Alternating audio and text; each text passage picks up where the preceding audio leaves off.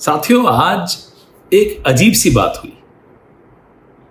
अपशब्द बोले मोदी जी, नफरत के बोल मोदी जी के मुंह से निकले, जहरीली बातें मोदी जी के मुंह से निकले और नोटिस बेचारे नड्डा जी को मिलेगा।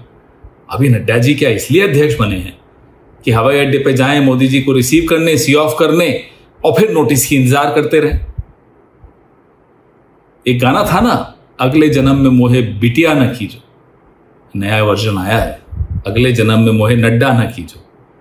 अब ऐसी किस्मत नड्डा जी की, कहने को अध्यक्ष हैं, बैठे हैं नोटिस, वो भी ऐसा नोटिस जिसमें उनका कोई लेना देना नहीं, न प्रधानमंत्री उनकी सुनते न प्रधानमंत्री उनको बोलते, लेकिन नोटिस नड्डा जी को आया। खैर, मजाक अलग है। जो बार बार हम लोग कहते हैं, भारतीय जनता पार्टी की जो नीयत है वो हम कहते ही नहीं है। भारतीय जनता पार्टी की नीयत स्पष्ट तौर पे निकल कर आ जाती है कि भैया संविधान बदलना है।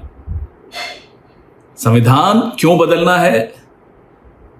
क्योंकि आरक्षण खत्म करना है, लोकतंत्र खत्म करना है, और लोकतंत्र खत्म होने की जो आहट है वो इस नोटिस में सुनाई दे रही है कि प्रधानमंत्री को नोटिस भेजने में चुनाव आयोग के हाथ कांप जाते हैं, हाथ पांव फूल जाते हैं, दिल की धड़कन बढ़ जाती है और नोटिस नहीं दे पाते। क्यों?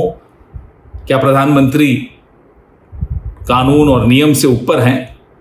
चुनाव की घोषणा होने के पश्चात प्रधानमंत्री सिर्फ एक केयर टेकर प्राइम मिनिस्टर है और न भी हो, पूरी तरह से भी प्रधानमंत्री हो, चुनाव आयोग के नियम और कानून से ऊपर नहीं है। लेकिन अगर चुनाव आयोग की हालत है कि प्रधानमंत्री को नोटिस तक नहीं दे पा रहे, तो सोचिए अगर ये चुनाव मोदी जी किसी गलती से भी जीत जाएंगे तो चुनाव होना बंद हो जाएंगे, लोकतंत्र खत्म हो जाएगा। ये आने वाले कल की आहट आज सुन लीजिए, चेत जाइए, जाग जाइए, लोकतंत्र को बचाइए। और ये जो कांपते हुए हाथ हैं चुनाव आयोग को, इन पर थोड़ा रहम खाइए। इसी चुनाव आयोग की इतनी दुर्गति होते हुए हमने नहीं देखी किसी सरकार में।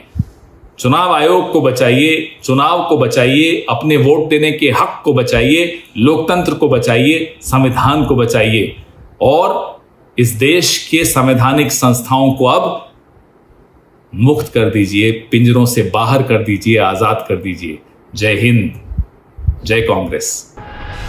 Stay ahead with our cutting edge news app. Instantly access the latest shorts in just 1 minute and breaking news in just 50 words. Download now for a smarter, faster news experience.